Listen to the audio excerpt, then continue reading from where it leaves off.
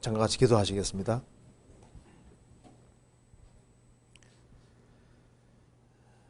저희를 사랑하시는 하나님 아버지 감사합니다.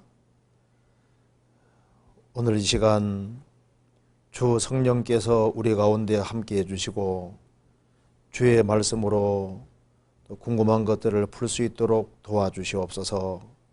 저희들은 너무나도 어리석고 지혜가 부족합니다. 주님께서 하나님 말씀으로 깨우쳐 주시고 또 주님 말씀 가운데 걸어갈 수 있는 힘을 허락해 주옵소서.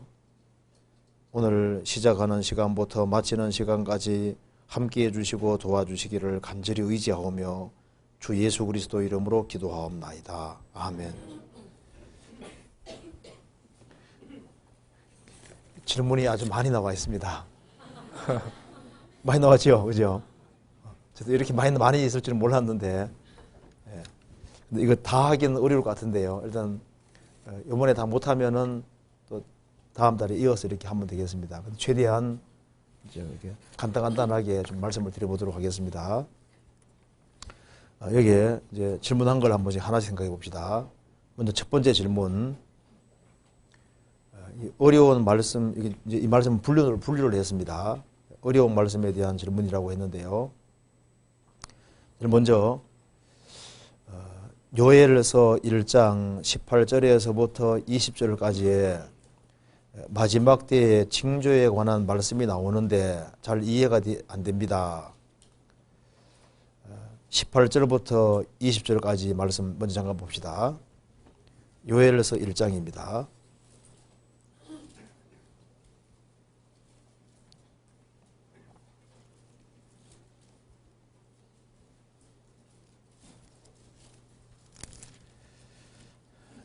18절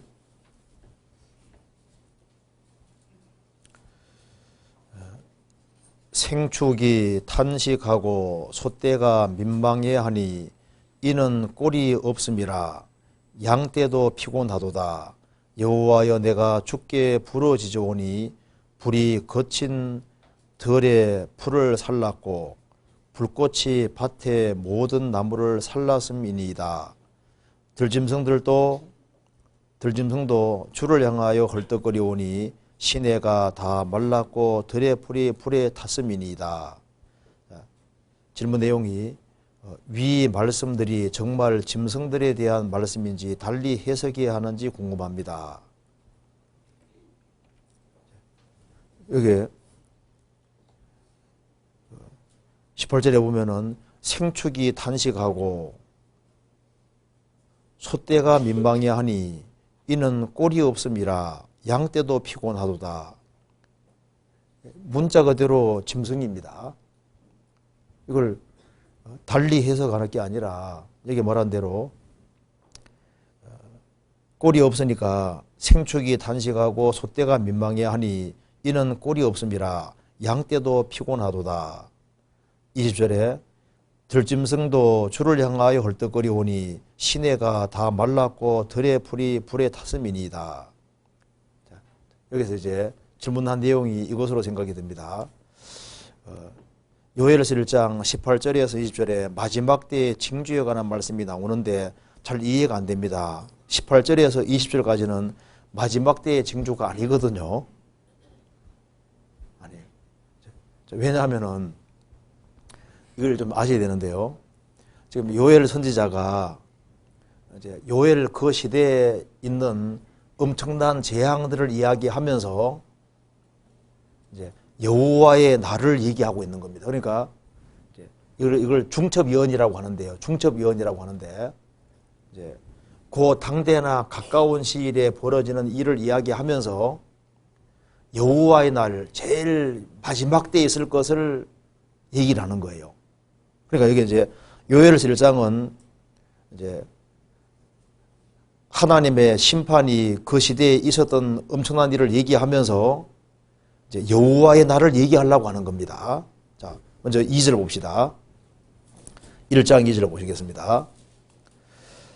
늙은 자들아 너희는 이것을 들을지어다. 땅의 모든 검이나 너희는 귀를 기울일지어다. 너희의 날에나 너희 열조의 날에 이런 일이 있었느냐? 전무후무한 일이라는 겁니다. 4절 팥종이가 남긴 것을 메뚜기가 먹고 메뚜기가 남긴 것을 늑이 먹고 늑이 남긴 것을 황충이 먹어도다. 그러니까 메뚜기 재앙으로 아주 곡식들이 다 없어지는 거예요. 그리고 이제 하나님께서 이 땅에다가 재앙을 내려서 땅이 아주 황폐하게 되고 그래서 풀도 없어지고 하니까 이 짐승들도 아주 고통받는 걸 이야기를 하면서 여호와의 날을 얘기하려고 하는 겁니다. 15절에 오라 그날이여 여호와의 날이 가까웠으니 곧 멸망같이 전능자에게로 이르리로다. 그러니까 구약의 선지자들은 그 당대나 그 가까운 시일에 가까운 때에 있을 재앙을 얘기를 하면서 그러면서 갑자기 어디 보냐면 제일 마지막 때를 또 동시에 보고 있는 거예요. 그러니까 구약을 이해할 때 이렇게 이해하면 됩니다. 구약 이해할 때 여기 이제 선지자가 있다 봅시다.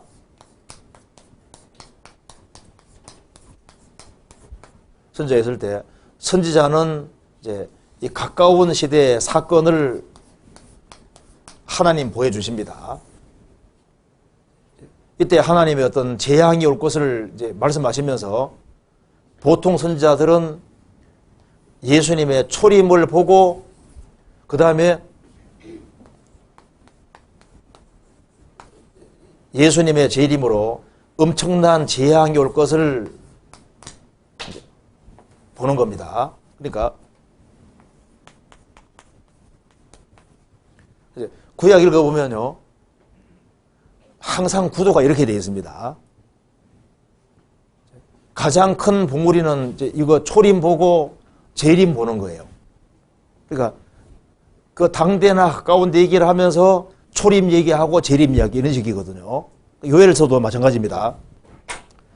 이제 그 당대나 가까운 때 엄청난 메뚜기 재앙 그리고 이제 이 땅이 아주 황폐하게 하게 되고 짐승들이 고통받는 막 이런 얘기를 하면서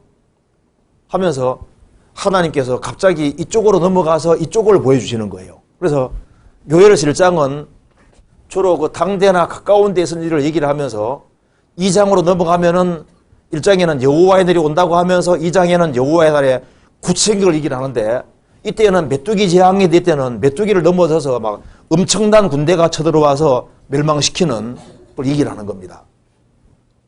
요엘서 2장 보시겠습니다.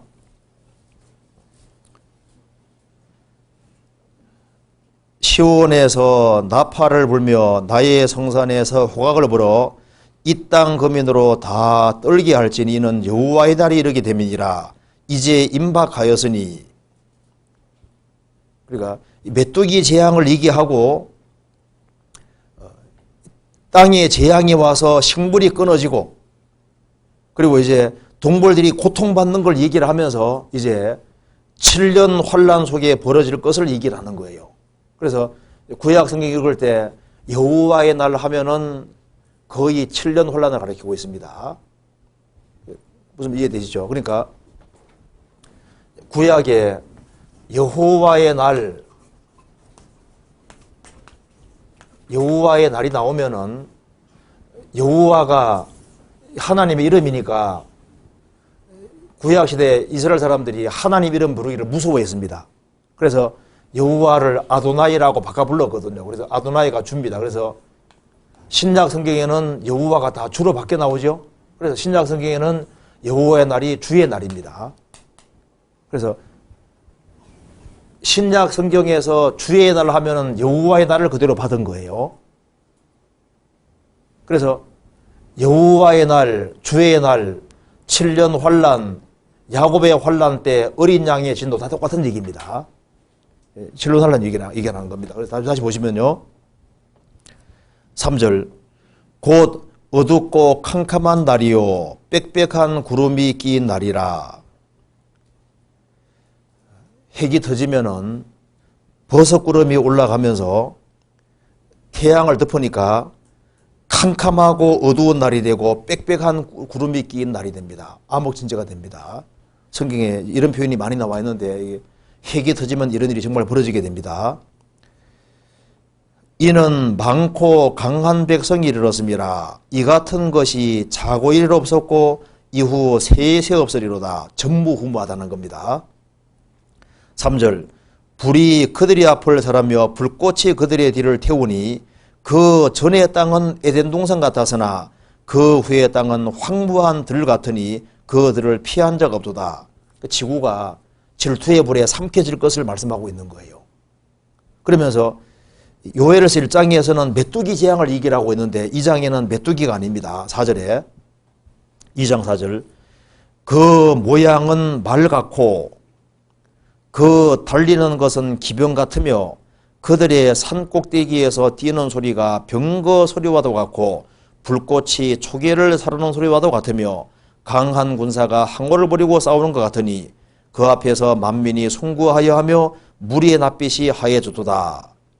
그들이 용사같이 달리며 무사같이 성을 더위 잡고 오르며 각기 자기의 길로 행하되 그 항모를 어기지 아니하며 피차에 부딪히지 아니하고 각기 자기 길로 행하며 병기를 충돌하고 나아가나 상치 아니하며 성중에 뛰어들어가며 성 위에 달리며 집에 더위 잡고 오르며 도적같이 창으로 들어가니 그 앞에서 땅이 진동하며 하늘이 떨며 이로리 캄캄하며 별들이 빛을 거두도다.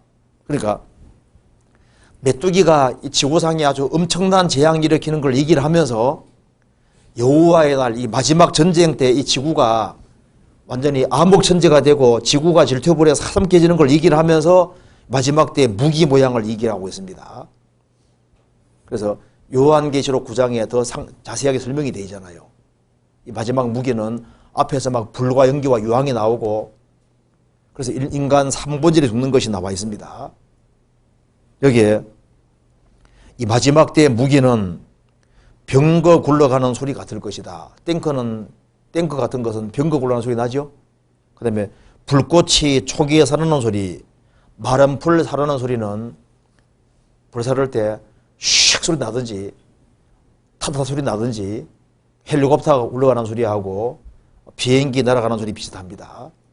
그리고 마지막 때 무기는 사무라이처럼요 건물을 착착 기어 오른다고 되어 있잖아요. 요즘 로봇 병기 같은 게 나오고 있습니다. 건물을 착착 기어 올라가잖아요. 이제 그러면서 이 지구에 이제 메뚜기가 오는 게 아니라 전 세계가 달라들어서 이 마지막 전쟁을 치르는 것이 상세하게 설명되고 있는 겁니다. 요엘서 3장 보시겠습니다. 3장 9절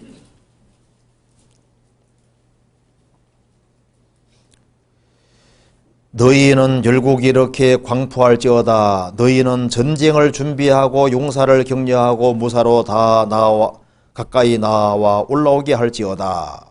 그래서 마지막 전쟁을 하게 됩니다.